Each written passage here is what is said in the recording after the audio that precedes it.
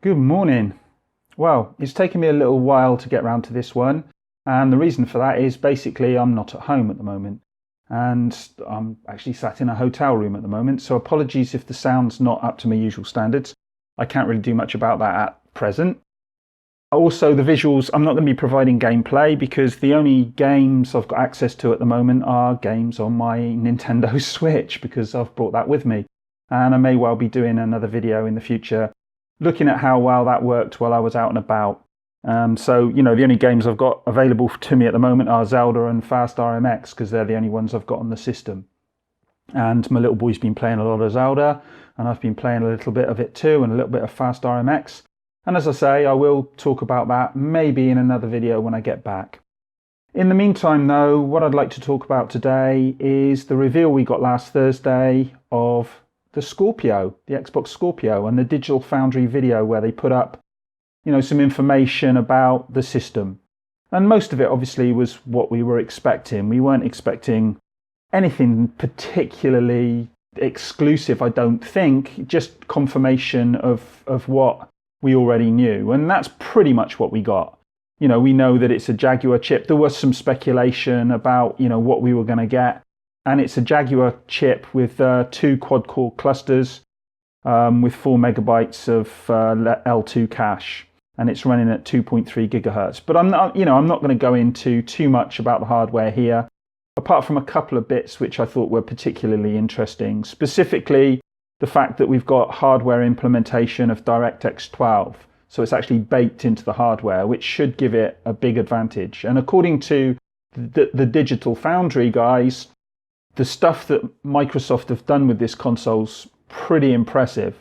And they looked, we only got a still of Forza, but that looked pretty impressive as well. And they were talking about how the console's going to be able to scale these games up to 4K, even perhaps from 900p to 4K. So existing Xbox games will all be getting a boost.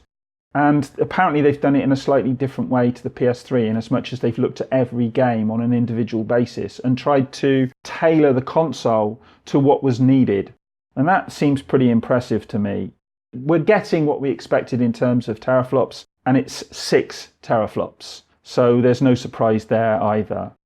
Now, apparently all this hardware is giving us a 43% compute advantage over the PS4 Pro, which is pretty significant. And with the baking in of DirectX 12 and various other things, it does look like this machine will be able to deliver 4K at 60 frames per second with a lot of games.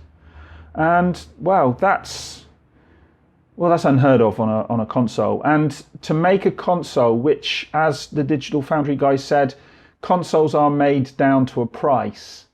To be able to do this at a price, and that's actually a bit of a sticking point at this stage because we don't know what the Scorpio is going to cost. I would think somewhere between $400 and $500. I can't see it being any more than that, and I would hope it will be on the $400 mark. I would suspect it's going to be a bit higher than that. But if they can build it down to that price, this is going to be nothing short of astounding, in my view. I think hardware-wise, this is phenomenal. And as I say, it just remains to be seen what they're going to charge for it. And if they do charge too much, then I do think they're going to shoot themselves in the foot. But I do think as well that this has been smart marketing by Microsoft. They gave us the reveal last year where we got the first idea of what the console was going to be. And then we've had drip feed over the getting on for a year since E3 last year. We've had drip of information. We've had Phil Spencer saying things like, wait, don't buy the console in advance, wait for games to come. And I think that shows a lot of confidence. And the Digital Foundry guys, the guys called Rich, who actually went out to Redmond and had a look at the hardware, he was saying that he felt like there was real confidence from the Microsoft team working on this hardware. And if that's the case, and I've no reason to doubt it, that's going to be really exciting, especially for someone like me who tends to be an Xbox fan first and foremost, apart from maybe with PC. I've got a PlayStation, I've got Nintendo consoles as well, but I've always tended to favour Xbox. That's historical partly for me. There's no, I haven't got anything against PlayStation, but when I see Microsoft doing something like this with the hardware, it does make me quite excited. However, I would be just as excited if Sony came out with something spectacular as well. So I do think this is smart marketing. I do think getting this out via Digital Foundry and having tech heads go through this with a fine-tooth comb and then tell everyone, this creates buzz. I think there's going to be a lot of people out there going, oh, have you heard about the Scorpio? I do think that's a good thing. More in terms of the hardware, we've got, and I said I thought this was coming, we've got 4K 60 frames per second HEVC game DVR, which means that we're going to be able to capture our games in 4K at 60 frames per second with a very, very efficient codec as well. And that's, for YouTubers like me, that's that's great news. It didn't really shock me. I put a video out a couple of weeks ago now, I think it was, saying I thought maybe we would see this from the Scorpio. And I talked to Grant and Sully on the Average Gamer podcast, and we weren't sure about it at the time. And I said in the video that actually, I did think it was going to happen. And sure enough, that's what we're going to be getting. We're going to be getting 4K, 60 frames per second game capture. And that's, well, as I say, that's really, really exciting to me, the idea that I'll be able to capture my games in 4K and upload them to YouTube.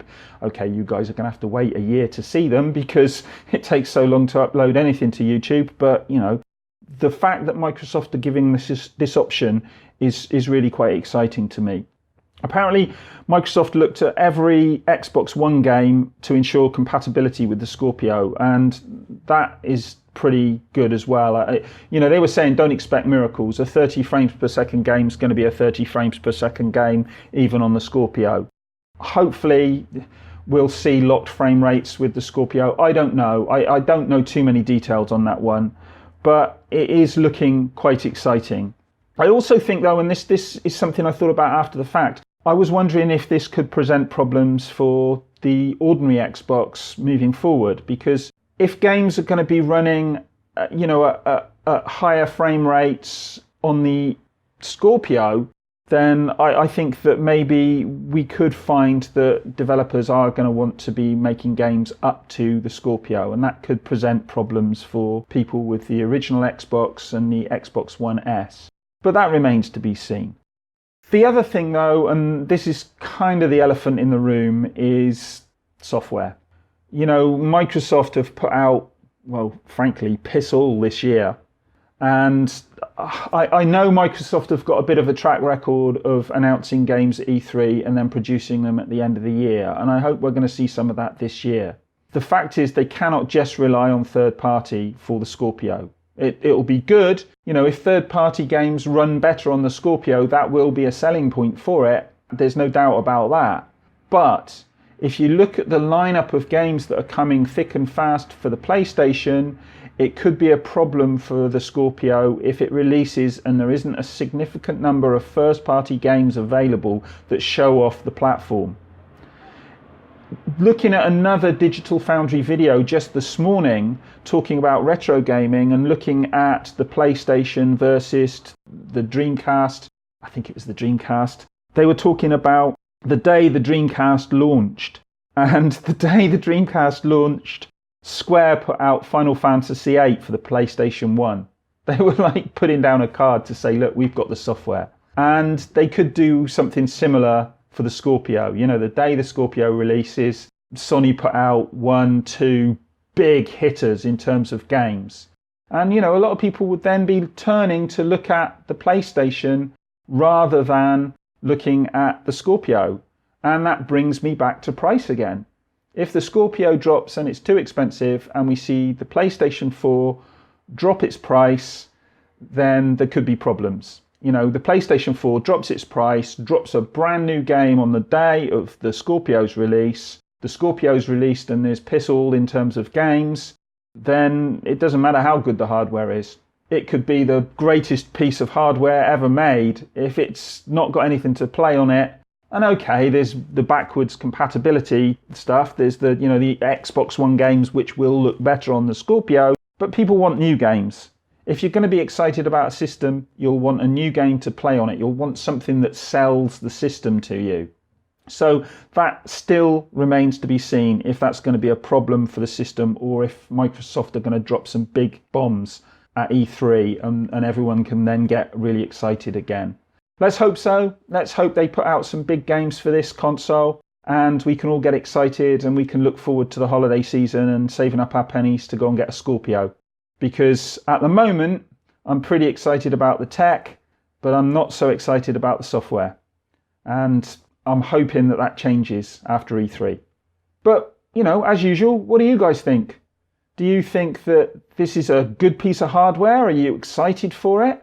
Are you hoping for games to come out for the system, or are you excited? Do you think we're going to see Crackdown 3 releasing with the Scorpio?